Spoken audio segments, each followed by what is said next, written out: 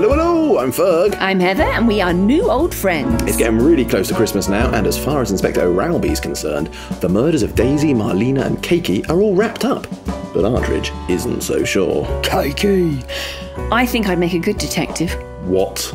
I think I'd make a good detective, sniffing out clues and chasing leads. In what world would you be a detective? You don't even like playing Cluedo. Yeah, but give me a Mac and Trilby and I'll be well away. Alright, yeah, fair enough. Anyway, can you detect what's about to happen? Hashtag Noff Quiz. Ding, ding, ding, correct answer. So, hashtag Noff Quiz, question 21. It's one for the long-time fans. Who did Perry Pink defeat in the final of Wimbledon International Invitational? Well, even I have to think about that one. Anyway, answers via social media or through our website, please. On with Crimes, Clues and Christmas. Ding, ding.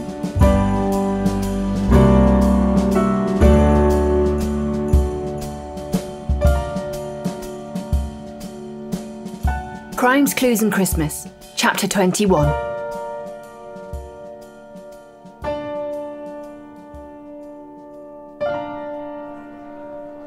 I dashed to reach the telephone with what I accept was unseemly speed. But since the official closing of the case at the ballet company, I'd been drifting in a malaise which, in my heart, I knew to be caused by Ms McConstance. I was pining for her. In fact, such were the intensity of my feelings, I think I might not just have been pining for her, but oaking, ewing, and even hawthorning for her. Whichever arboreal emotion was at play, my heart was pounding as the operator connected me. Hello? She answered, her no-nonsense voice sending shockwaves of delight through my nervous system. Chaz! I blurted out, foolishly, like a fool. Speaking. Who is this, please? Oh, sorry, it's me, Artridge. I'm Artridge. Me is Peter. Peter Artridge. It's me, Peter Artridge, returning your call. I managed to stop babbling long enough to have an actual fully formed thought. Hang on a tick. How did you know to reach me here at my club? I've tried you at your office the last couple of days and got no answer. She replied, and I had to cover the mouthpiece and stifle a little shriek of delight. She'd been trying to reach me for a couple of days. The same couple of days I'd been in a daze pounding the Christmas decoration-strewn streets of London. Oh, I see, yeah. Sorry about that. I struggled to get myself under control and aim for something approaching French insouciance. I have been visiting with friends. My social calendar is packed, n'est-ce pas? I may have edged too far into Francophilia territory. Are you talking French? Chaz was as bright as she was beautiful. Oh, oui. Sorry about that. I'll stop. How did you know which club to find me at, though? I'm quite proud of myself, actually. I did a bit of detective work myself. Go on, I encouraged. The longer she spoke, the more time I had to get my breathing under control and rid myself of all the French phrases which were suddenly filling my head. With it being near Christmas, all the various clubs and associations are throwing big winter balls or hosting Christmas dinners for charities, and they all place advertisements in the paper. I remember that you'd been brought in to investigate the ballet's jewel theft by Mr. Rawlins, because he was also the chairman at your club. So all I had to do was take a look at the advertisements and see which ball or dinner was being hosted by Mr. Eldridge Rawlins. Simple. Bloody hell, this woman was incredible. That didn't sound simple at all. It sounded like an awful lot of work. Work she had taken on because she wanted to get in contact with me. Very impressive.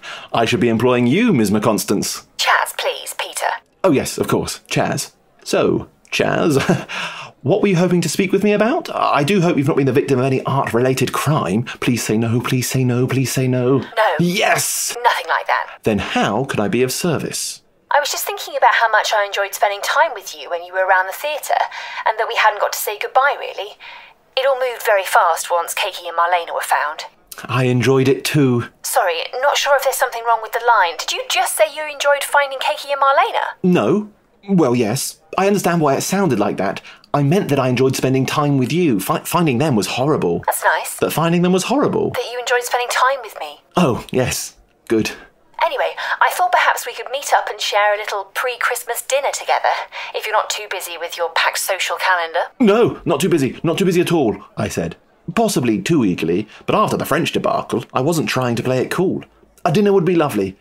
Did you have anywhere in mind? Not really. We could go somewhere simple if you'd like. But I have got this new evening dress I've been wanting to wear someplace nice.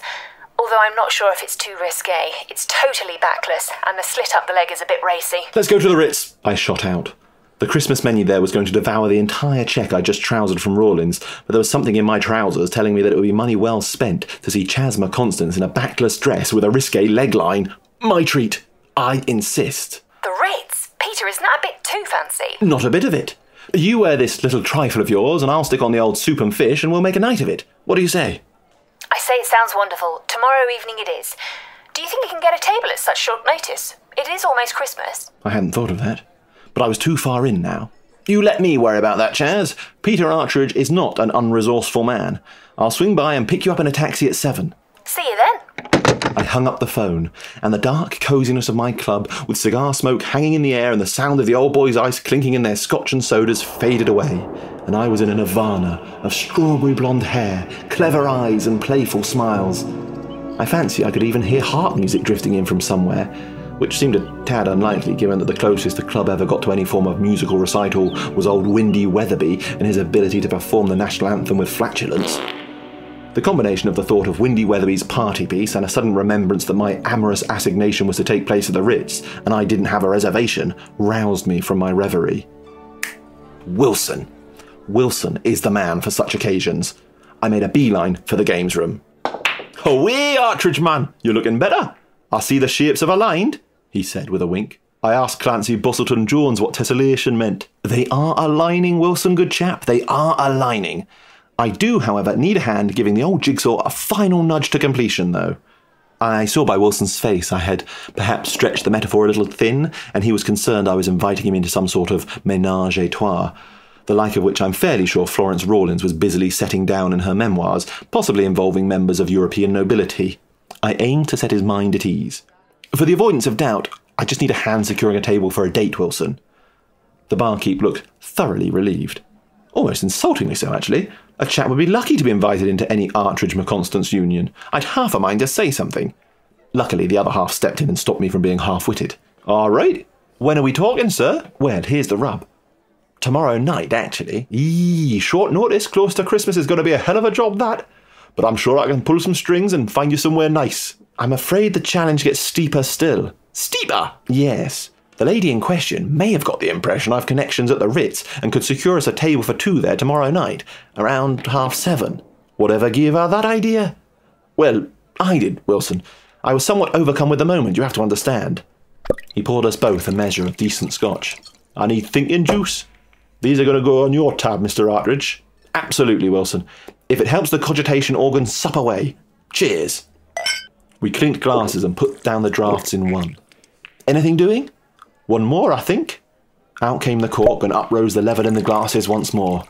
Quite right. Here's one in your eye. Up go the glasses, down goes the scotch. Actually, Wilson, I think 3's a better number, don't you? Aye, why not, sir? Good health. Good health. 3 drinks down in short order, and suddenly my situation viz acquiring a table at the Ritz didn't seem so daunting. The scotch clearly had the same equanimific effect on Wilson, as he clicked his fingers and said, "Wahee, man! I tell you, I've fettled this or I'm ganning micey." A combination of vowel and consonant sounds which even the most able codebreaker would surely be dumbfounded by. It definitely proved too much for me. I'm awfully sorry, Wilson, old chap. I don't speak, Northern. What are you saying? I've got a plan, Mr. Artridge.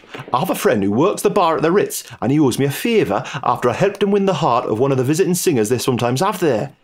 I swung the whole thing so he looked like a prince, and by the time she found out he was a pauper, it was too late and she was head over heels in love with him. He'd move heaven and earth for me. You can rest easy. The table is yours. Wilson asked me to mind the bar, which seemed reasonable enough given that I'd suborned him as my personal concierge. So I stepped behind, and he tottered off to call his princely friend at the Ritz. No sooner had he disappeared when Clancy ambled up to the bar and asked for a glass of port for digestive purposes. "Coming right up, Clancy, old chum," I said, and whipped a tea towel over my shoulder so as to look the part. I selected the correct glassware, gave it a polish with my cloth, and sloshed a decent measure of the life-restoring maroon stuff in. "Shall I mark it down in the book, or are you paying cash, sir?" I asked. At which point Clancy did a double-take worthy of the greatest vaudevillians. "I say, is that Artridge back there? Are things so bad with your investigation racket you've had to resort to this? You should have come to me. I'm sure I can wangle you a management position at Bustleton-Jones Clothes Hangers." Are you aware of the inner workings of a clothes hanger? I dare say I'd get the hang of it, Clancy, old bean, but fear not. I've not yet stooped to the service trades. I'm just standing in for Wilson while he sorts out a situation for me. Clancy's eyes lit up with respect and admiration. Of a romantic nature, no doubt. Wilson is a magician. A positive magician, I tell you. You're in safe hands. So, who's the lucky lady, then? Tell me all the juicy details. Clancy, you know a gentleman never tells. But, making a clean breast of it, I've not had the pleasure of our first date. I very hope Wilson is securing that as we speak, and day after next I'll have something good to not tell you. Good man. At this point, I become aware I was rather failing in the prime function of a good barman. Yes, I deliver the booze promptly and with a certain panache, but what really sets apart the coming man in drink-serving circles is his ability to listen to the problems of his clientele. Not everyone can aspire to the heights to which Wilson has ascended and become the de facto fixer of feminine farragos for half of London, but I felt I should at least open the discourse up for Clancy to offload anything that might be on his mind. So it followed that he'd launched into a deep discourse on the fluctuations of the clothes hanger business and the perilous impact of cheap wire-framed contraptions flooding the market. It was all I could do to keep my eyes open and make sympathetic noises. I mean, I'm an empathetic chap, but it's hard to feel too much sympathy for a blighter like Clancy, who, not only was he born rolling in the stuff, had the bad form to take his wife, the only daughter of a family wealthier than his own. Thinking of wives as I was, I couldn't help but find my thoughts returning to the vision of loveliness that is Ms McConstance. As a result, I greeted Wilson's return with a little yelp of excitement. Oh, sorry to interrupt, Clancy. I'm sure you'll send them packing.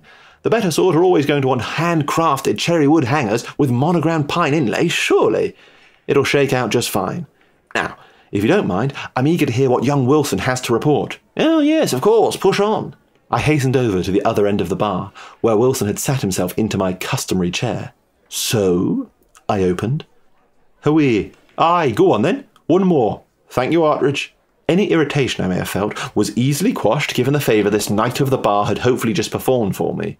I turned to grab the bottle and poured out a generous measure for my emissary. I've good news and bad news, I'm afraid. I'm braced for both. The good news is my friend can get you a table, but not until 10 p.m. Is that all? You're a saint, sir. Thank you. I'm sure I can come up with something diverting to fill the evening from 7 until then. Little did I know that fate already had something in store for those hours, and it was hardly the ideal preamble to a romantic dinner.